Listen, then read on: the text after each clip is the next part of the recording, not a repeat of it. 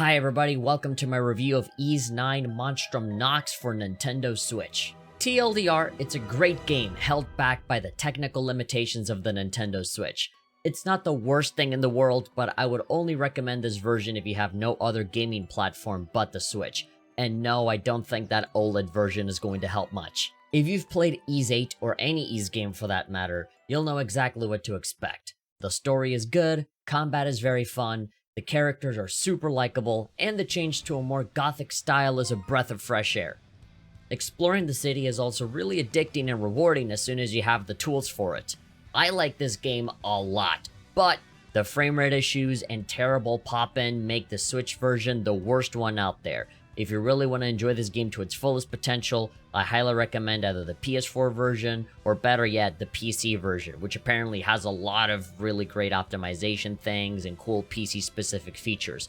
You can do a frame rate of like up to 144 with ultra-wide stuff. It's insane, so if you can get it on PC, get it on there. And now if you want to stick around for the full review, here it is. Ys 8 Lacrimosa of Dana was both the very first Ys game I've played and reviewed, and I quickly fell in love with it and wondered why I never played these games before. Ever since then, I went back and played Ys 1, 2, and Origins. As I got more familiar with the Ys series, my excitement for Ys 8 Monstrum Nox increased every day. I even streamed myself playing the demo, and I streamed myself playing 1, 2, and Origins as well. And I loved every second of it. Since I played the previous entry on Switch, I decided to wait until the follow-up title released on the same platform as well.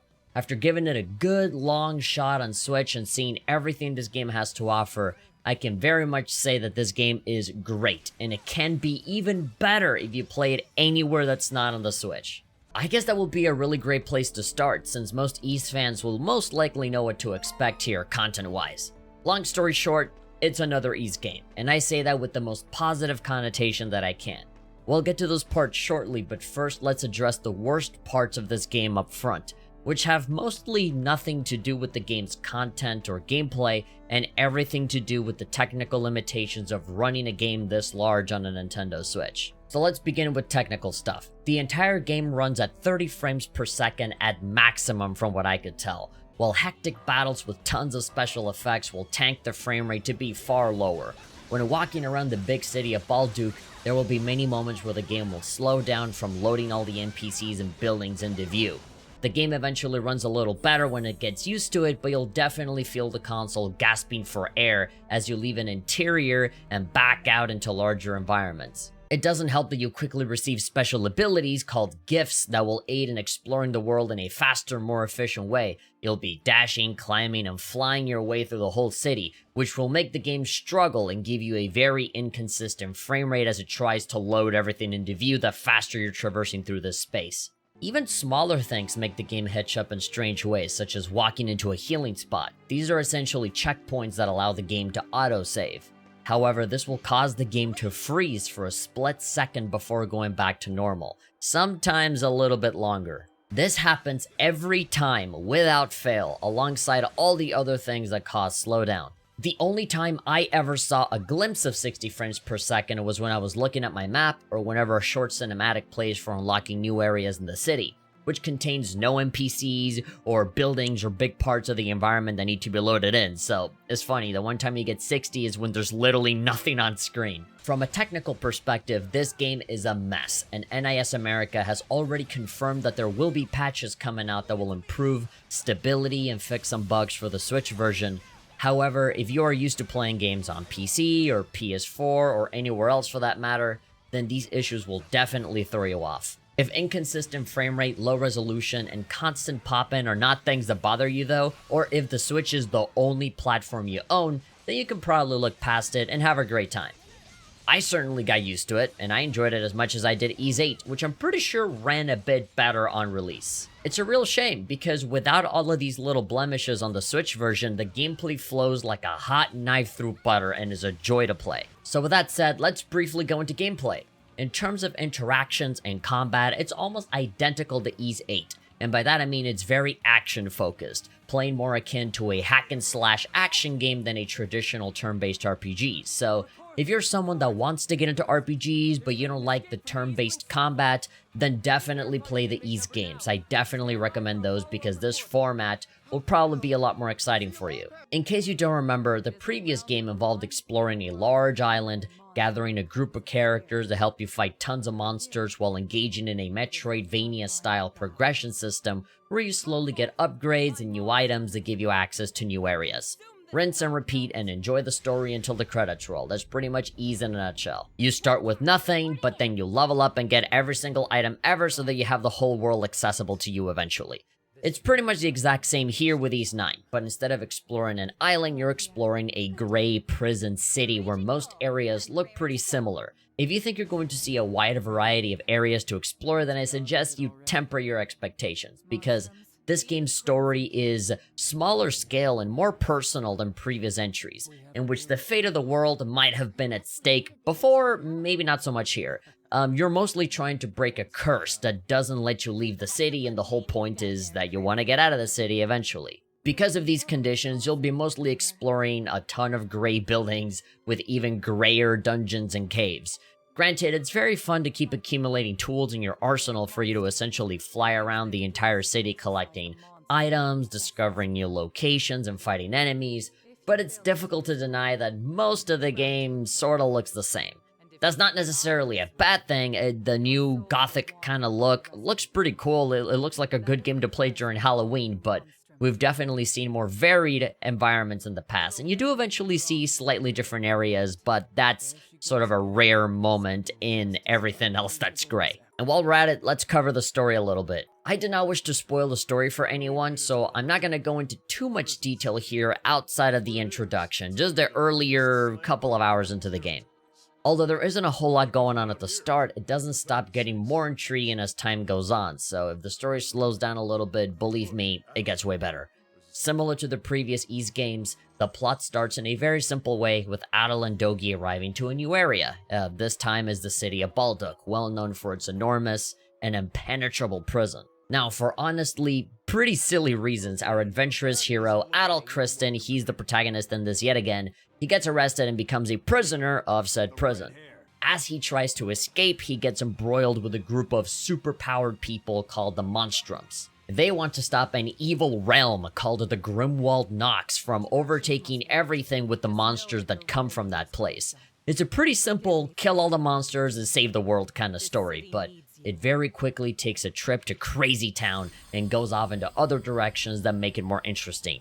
Very early on in the game, you're gonna see some things that are like, what's going on? But believe me, it will all eventually make sense. Now, all of this is accompanied by great camera work during cutscenes that are a step above any other Ys game that came before this one.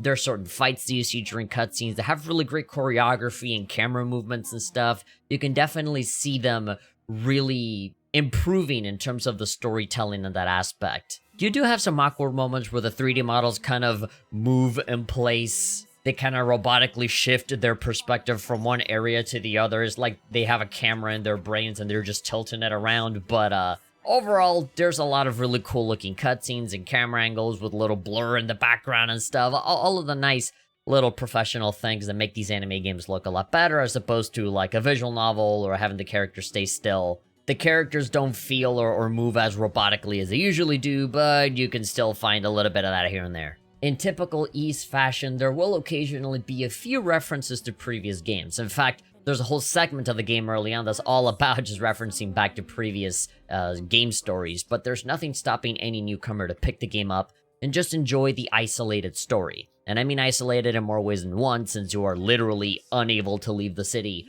until certain things happen that do let you explore a little bit further away, but for the most part, you're just trapped in the city. And the story itself is also very self-contained, so you don't have to know anything about any other Ys game for you to be able to get into this game and enjoy it. The only thing that might come close to story criticism, which it isn't even that bad when I stop and think about it, is that there isn't a whole lot going on during the middle portion. So you have the intro that kind of introduces the problem and stuff, but then you have full chapters after that towards this middle portion that are dedicated to just introducing the new cast of characters and establishing their motivations, stuff like that.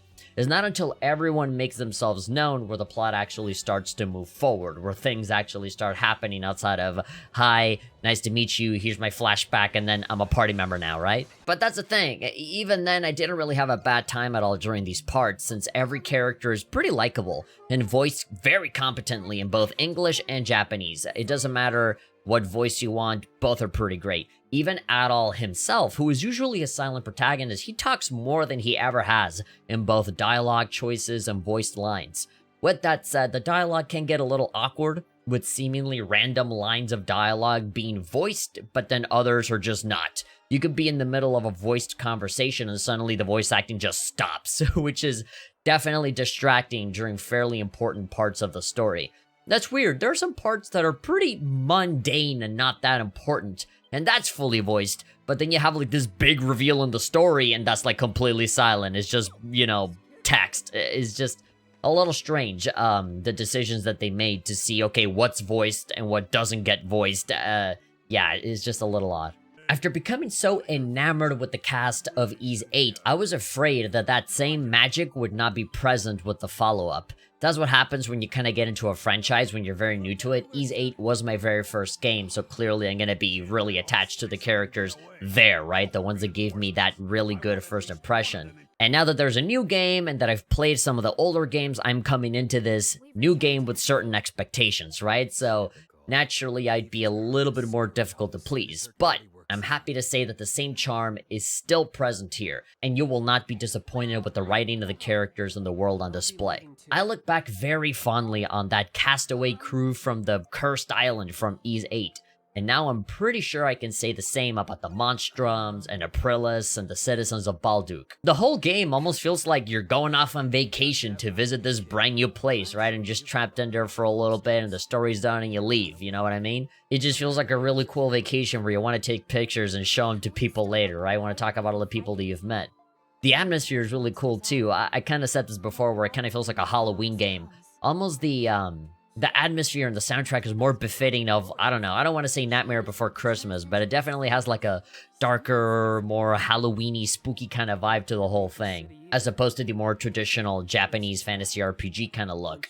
And for an Ys game, this is a pretty different approach. It's not very edgelordy, right? You think that because everybody looks like a vampire, then suddenly everything is going to be really like depressive and emo and stuff. Far from it. The writing, all of that, all the banter is still silly and funny. It still has that quirky, how do you call it? That really upbeat kind of feel that the Ys games have always had, right? The Ys games have never been like super grimdark or anything. And even though this game in particular looks a little grimdark, it's certainly not. As soon as the characters start talking, it's just like any other Ys game. But everybody, for some reason, is wearing, like, cool, like, Halloween gothic costumes for some reason. So yeah, despite how the game looks or how it might come off, don't think of this as some edgelord emo game. It is still a tried-and-true Ys game with all of the traits that have made the series great since the beginning. It doesn't contain any earth-shattering changes or innovation. They certainly don't fix what's not broken. But it does just enough to put a fresh coat of paint on the solid foundation that the Ys series stands on. It is the most Ys game of all Ys games, and that's a good thing. So, in conclusion, Ys 9 Monstrum Nox on Nintendo Switch specifically reminds me of when I used to review games on PlayStation Vita. You know the Vita, right? A portable console that would usually get ports of bigger PS4 level games. They would not run anywhere near as good as any other platform, but I still thought it was a pretty big achievement that these games would work at all on such a tiny console. And even with the limitations, I could look past them and still have a lot of fun with those versions. Right off the top of my head, Attack on Titan, Blue Reflection, Dragon Quest Builders, Catherine Full Body, Borderlands 2, those are just a few examples that come to my mind. Ys 9 on Nintendo Switch is an identical situation, in which I had a great time, but you're probably better off experiencing this awesome game somewhere else.